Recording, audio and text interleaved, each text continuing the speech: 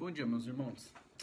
Por motivos de força maior, nós somos obrigados nos dias de hoje a nos mantermos isolados socialmente, forçados a vivermos longe das atividades externas, para a gente proteger uns aos outros, né? E nesse contexto, sentimentos como solidão, insegurança são comuns nos dias de hoje, né? A vontade que temos muitas vezes é de tomar alguma atitude imprudente, sair de casa, na marra, assim, sem máscara, e abraçar os familiares, os amigos, né? E eu sei porque eu mesmo já tive vários desses pensamentos e desses sentimentos durante esse período de quarentena. No entanto, uma prática que o povo de Israel tinha para momentos assim difíceis e para se manter firme em meio a esses problemas e essas situações era de lembrar a sua própria história, né? Os feitos do passado, o que Deus tinha feito. É, Porque quando eles se lembravam das histórias do passado, eles se lembravam que Deus era um Deus todo-poderoso, e que se importava com as dores e com os problemas do seu povo, e que também dava esperança, pois eles sabiam que os problemas eles eram passageiros se eram comparados com a eternidade do próprio Deus, né? Então, trazer à memória os feitos de Deus é uma forma da gente se aproximar dele. Nesse mês de maio, um tema que a gente está trabalhando é o tema de família, né? E nos dias de hoje, em isolamento social, trabalhar esse tema ele é um desafio maior do que quando a gente está se reunindo no culto, porque essa situação de confinamento ela pode potencializar alguns conflitos, trazer à tona alguns problemas que há tempo as famílias estavam escondendo embaixo do tapete e principalmente afastar é, os familiares, né? Por isso eu gostaria de trazer à memória a história da primeira família, de Adão e Eva ali, né? E pensar um pouco como que eles foram formados, qual foram os seus objetivos, os seus propósitos. E eu proponho que nós, como igreja, como família, possamos comparar esses objetivos e propósitos da primeira família com os objetivos e propósitos da nossa própria família, né? Para isso, eu vou convidar os irmãos a lerem comigo o capítulo 2 de Gênesis, mais especificamente do versículo 4 ao 25. Para economizar tempo e para deixar o vídeo mais leve também, eu convido os irmãos a pausarem o vídeo agora, fazerem a leitura e depois retornar com o play que eu vou fazer alguns destaques, tá? Então, se você quiser dar pause é, na pregação agora e ler Gênesis 2, do versículo 4 até o versículo 25, você pausa agora. Gênesis 2, do versículo 4 até o versículo 25. Pausa e retorna para o vídeo a seguir. Vamos lá, se você fez a leitura, eu queria destacar alguns versículos, né, algumas coisas. Eu não vou fazer uma exposição do capítulo inteiro, porque o vídeo ia ficar muito longo e ver vídeos longos provavelmente faz as pessoas se distraírem. Então eu vou fazer alguns destaques que eu achei interessante nesse capítulo que pode nos ajudar a pensar um pouco as nossas famílias nesse período de quarentena. O primeiro está no versículo 8, que diz o seguinte: O Senhor Deus plantou um jardim no Éden, para os lados do leste, e ali colocou o homem que havia criado. O Senhor fez brotar do solo árvores de todas as espécies, árvores lindas que produziam frutos deliciosos. No meio do jardim colocou a árvore da vida e a árvore do conhecimento do bem e do mal. Versículos 8 e 9. Esses versículos me lembram uma coisa interessante que quando Deus criou o mundo, ainda não havia árvores, não havia plantas, nem chuva havia. E Deus faz um jardim brotar do nada. A história da criação deixa bem claro pra gente que Deus criou todo o universo a partir do nada. Deus é a fonte primeira de todas as coisas. Foi ele que apertou o botão de ligar do universo, sabe? A ele pertence todo o alimento e o sustento da primeira família. Então, é de Deus que vinha o sustento da primeira família.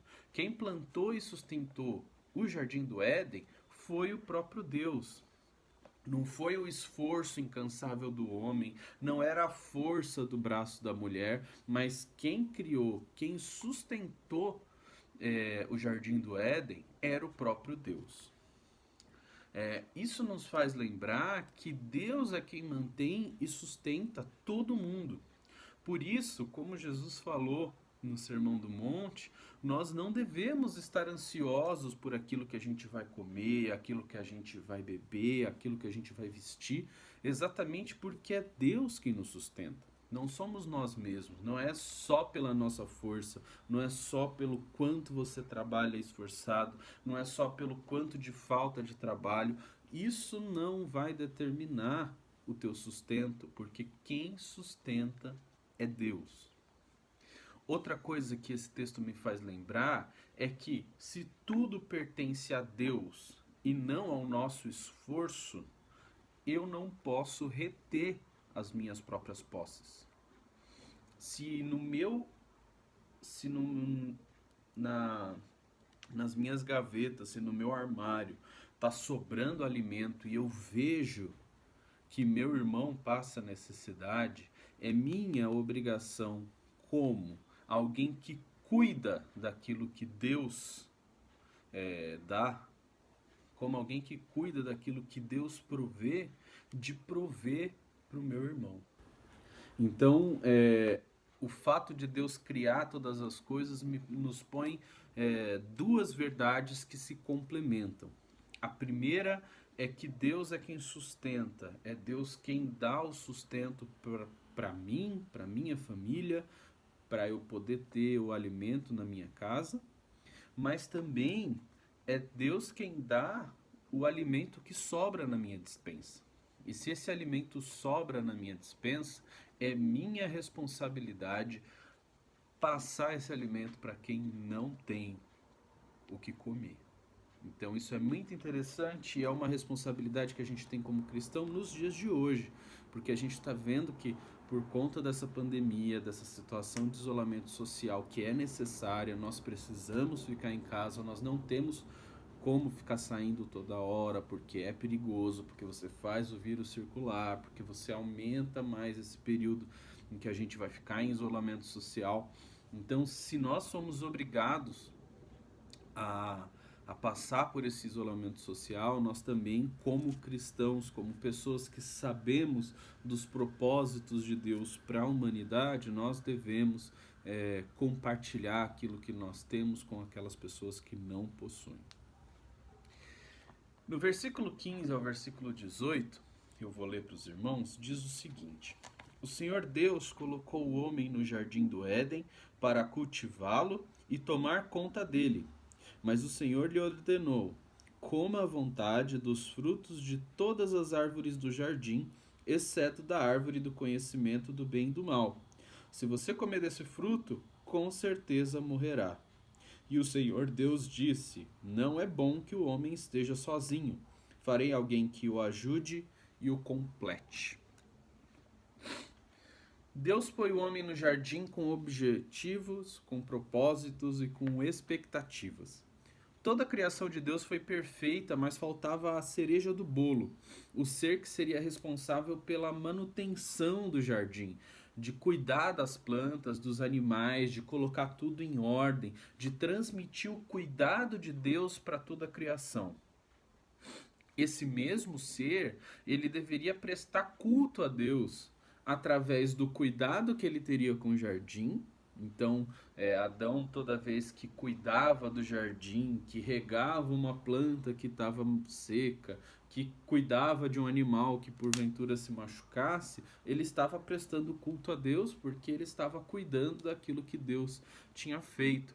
Mas, ao mesmo tempo, ele também cultuava a Deus a partir do momento em que ele obedecia às ordens de Deus, porque Deus tinha dado uma ordem muito clara que o homem não deveria comer da árvore do conhecimento do bem e do mal. Eu não vou ter muito tempo para aprofundar nessa questão. Se a gente estivesse num sermão físico, eu poderia falar um pouco mais sobre a árvore do bem e do mal, mas uma coisa interessante é que a obediência do homem era uma forma de prestar culto a Deus. Mas mesmo que o homem cuidasse da criação e obedecesse a Deus, ele ainda estaria incompleto. Deus olhava para a criação, para Deus, para o homem cuidando de tudo aquilo, ele via toda essa cena, ele falava: nossa, tá muito lindo, tá muito bonito, mas falta algo. Tem algo que ainda precisa ser completo ali. O homem solitário, ele não está completo. Isso me faz pensar que nós, primeiro, como humanidade, como seres humanos que somos responsáveis por cuidar da criação de Deus, nós não estamos nesse mundo a passeio. Nós não estamos aqui de férias, né? O mundo não é uma grande colônia de férias onde a gente tira o que a gente quer, onde a gente usa o que a gente quer, sem nenhum tipo de responsabilidade. É, tudo pertence a Deus e Deus confiou esse tudo nas nossas mãos. E por isso nós devemos nos preocupar com o cuidado do mundo, seja do nosso redor, seja o mais amplo, o mundo inteiro. Então nós devemos nos preocupar desde o destino do lixo que eu produzo na minha própria casa, para onde que vai esse lixo. Eu reciclo lixo em casa. Reciclar hoje é uma coisa super fácil de fazer. Qualquer família pode ter 2 lixos ali, um lixo reciclável e um lixo orgânico. Fazer essa separação, você já está cuidando do mundo que Deus colocou ao nosso redor, ou seja, as nossas preocupações com a política internacional do mundo. Tudo isso faz parte da nossa preocupação e nós devemos ter essa preocupação porque Deus colocou o mundo nas nossas mãos. Nós temos responsabilidade. Então, se o mundo está uma bagunça, se o mundo está horrível, se as coisas não estão boas, nós temos nossa parcela de responsabilidade nisso e não devemos nos omitir nisso. Mesmo se você for criança, se você for adolescente, você tem responsabilidades também. Porque se você vê a louça acumulando na pia de casa e você não lava, você está se omitindo da sua responsabilidade de cuidado do seu entorno. Então, todos nós, como seres humanos, temos essa responsabilidade. Todos nós, como humanidade, temos que cuidar do nosso entorno. E a nossa casa é o nosso próprio entorno também. Então, a gente deve cuidar das nossas casas, a gente deve cuidar do nosso entorno, a gente deve cuidar do nosso bairro, a gente deve cuidar do nosso país, a gente deve cuidar do mundo. Então, isso é uma responsabilidade que nós temos. Outra coisa que esse texto nos ensina é que o ser humano ele não foi criado para viver sozinho. Esse trabalho de cuidado do mundo ele deve ser feito em comunidade. Algumas famílias elas são compostas por membros que vivem isolados dentro do mesmo próprio teto. Cada um com as suas preocupações, com seus objetivos, com seus desejos. No mundo de hoje, a gente chama isso de república, sabe? Quando você pega vários estudantes que precisam morar perto da universidade, eles vão, dividem um aluguel ou dividem as despesas de uma casa para viver juntos ali perto da universidade. Aí cada um tem sua preocupação, seu objetivo, você sai dessa república, vai para outra. Isso é comum, mas isso não é família. E muitas das nossas famílias no mundo hoje, elas se comportam como república. Cada uma das pessoas, ela possui a sua própria vontade, possui seus próprios objetivos pessoais. E aí, se os meus objetivos pessoais não batem com o objetivo pessoal das pessoas que compartilham o mesmo teto comigo, eu saio de casa e aí fica tudo muito sem ligações fixas, sem ligações fortes. Nós, como família, nós devemos ter uma vida comunitária, nós devemos ter uma vida de partilha. Quando Deus olha para pessoas que vivem nesse nesse contexto de isolamento, nesse contexto de não partilha, nesse contexto de relacionamentos individualistas, ele olha isso e ele fala com todas as letras. Isso não é bom. Deus olhou Adão trabalhando sozinho, obedecendo a ele, cuidando do Éden, e ele viu que Adão, nessa situação sozinho, isso não era bom. Então você pode estar fazendo tudo certinho. Se dentro da tua casa não há um ambiente de partilha, não há um sentimento comunitário, isso não é bom. Mesmo que no papel passado esteja tudo lindo, bonito e bem feito. Por isso a gente, pensando nisso, isso me encaminha para o final, para os versículos de 21 a 25, que dizem o seguinte: Então o Senhor Deus fez cair num sono profundo, fez o homem cair num sono profundo. Enquanto o homem dormia, tirou dele uma das costelas, fechou o espaço que ele ocupava. Dessa costela o Senhor fez uma mulher e a trouxe ao homem. Finalmente, exclamou o homem, esta é osso dos meus ossos e carne da minha carne. Será chamada mulher, porque foi tirada do homem. Por isso o homem deixa pai e mãe e se une à sua mulher, e os dois se tornam um só. O homem e a mulher estavam nus, mas não sentiam vergonha.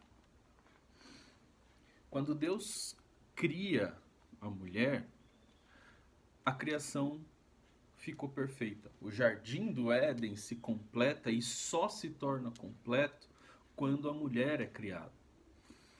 O Éden finalmente chega à perfeição. Por quê? Porque agora o homem possuía ou tinha alguém com quem estabeleceu uma relação horizontal, uma relação entre iguais, visto que os animais que estavam no jardim ele deveria dominar, as plantas, tudo isso ele deveria dominar, cuidar, colocar ordem. E a Deus ele deveria prestar culto, ele deveria adorar, ele estava numa posição de subalterno. Então, a partir do momento que Deus cria a mulher, ele cria um ser com quem o homem pode compartilhar uma vida. Com quem ele pode compartilhar a responsabilidade de cuidar da criação que Deus tinha posto, com quem ele podia compartilhar as alegrias de cuidar dessa criação e com quem ele poderia compartilhar a responsabilidade de prestar culto a Deus e a obediência. Então, quando Deus cria a primeira família, ele cria uma comunidade que vive de maneira orgânica, em que um é parte do outro, em que um compartilha com o outro as dores, as alegrias, as dificuldades. Então isso me lembra, e quando eu olho esse texto, ele me lembra duas coisas interessantes. A primeira é que nós, como família, devemos ministrar cuidado uns com os outros.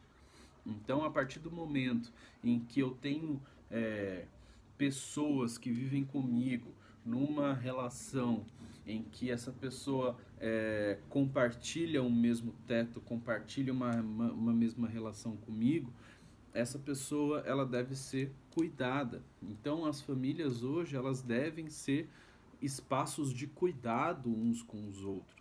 Então são pessoas que vivem em conjunto, que vivem em comunidade, que devem ser cuidados uns dos outros e juntos cuidar de todo o entorno, de toda a sua casa, do bairro, do estado, do país, do mundo. Então a primeira coisa, o primeiro ambiente, o primeiro sentimento que deve ter dentro das famílias é um sentimento de cuidado. Nós devemos cuidar uns dos outros. Outra coisa que eu consigo ver nesse texto e que me chama a atenção é que a família ela também foi criada com o objetivo de ser um ambiente de partilha. Então o homem ele partilhava com a mulher das dores e das alegrias de cuidar do Jardim do Éden, e a mulher também compartilhava as suas dores, as suas alegrias no seu trabalho de cuidado do Jardim do Éden. As famílias, elas devem ser também um ambiente de compartilhar, de chorar junto, de rir junto. Então é para comemorar o primeiro passo da criança, porque ela fez essa conquista, ela conquistou isso. É para comemorar o ano, é, a aprovação no ano, a criança passou de ano, vamos comemorar junto, estamos compartilhando esse momento de alegria. É para comemorar uma promoção no trabalho, é para comemorar uma, uma receita nova que se conseguiu fazer. Tudo isso são compartilhar, é sentir junto essa mesma alegria. Ao mesmo tempo, a família também tem que ser um ambiente de compartilhar as dores, a dificuldade, a prova que a pessoa tomou bomba, a nota baixa, o desemprego, o fim do namoro do filho mais velho. Tudo isso a gente chora junto, a gente compartilha junto, exatamente porque o ambiente familiar é um ambiente de compartilhar, de compartilhamento, de compartilhar. Todos dependem de todos.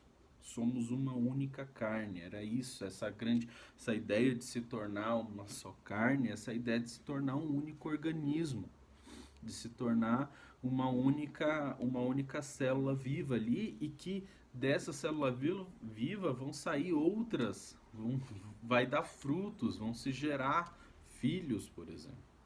Então, a partir do momento em que o ambiente familiar é um ambiente de de compartilhamento, você vai ter na casa um ambiente de geração de vida. Tanto a vida de um filho, tanto da vida de uma outra pessoa, quanto da própria vida do próprio Deus ali, que foi para isso que nós fomos criados, né?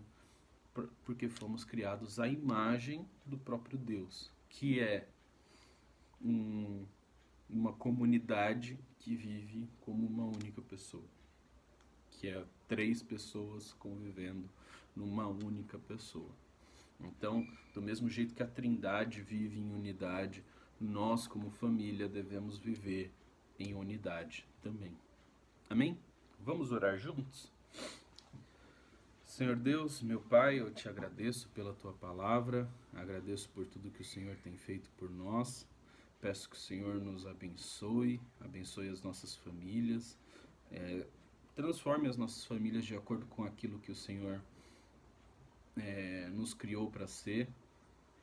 A gente sabe que o pecado entrou no mundo e deixou tudo muito mais difícil, mas eu peço que o Senhor, que já nos libertou do pecado através de Cristo, que a gente possa ter nossas relações transformadas, que as nossas casas possam ser ambientes de partilha, de cuidado, que a gente possa aprender, ó Pai, a cuidarmos uns dos outros, a partilhar as nossas dores, os nossos anseios, as nossas alegrias, ó Pai. Transforma a nossa vida de acordo com a Tua Palavra. É isso que eu te peço, em nome de Jesus. Amém. Vamos continuar então. Que Deus nos abençoe, nos guarde e continue fazendo as nossas famílias um ambiente de partilha, um ambiente de cuidado, e que Deus nos abençoe em meio a essa pandemia. Tchau, tchau.